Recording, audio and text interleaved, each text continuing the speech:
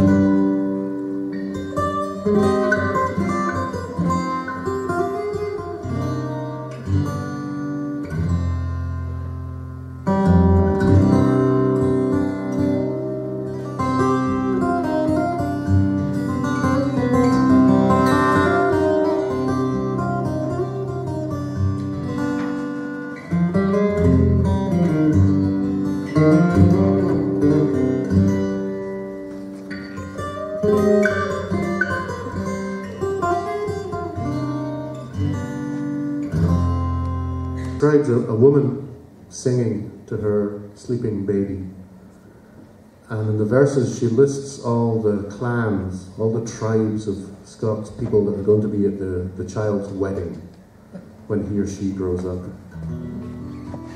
And in the chorus it says that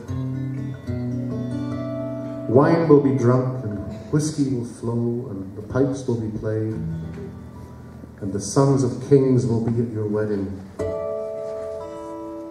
And a whole tribe of people from Ulster. The Clan Malloy. I have no idea how they got in. I don't know who invited them.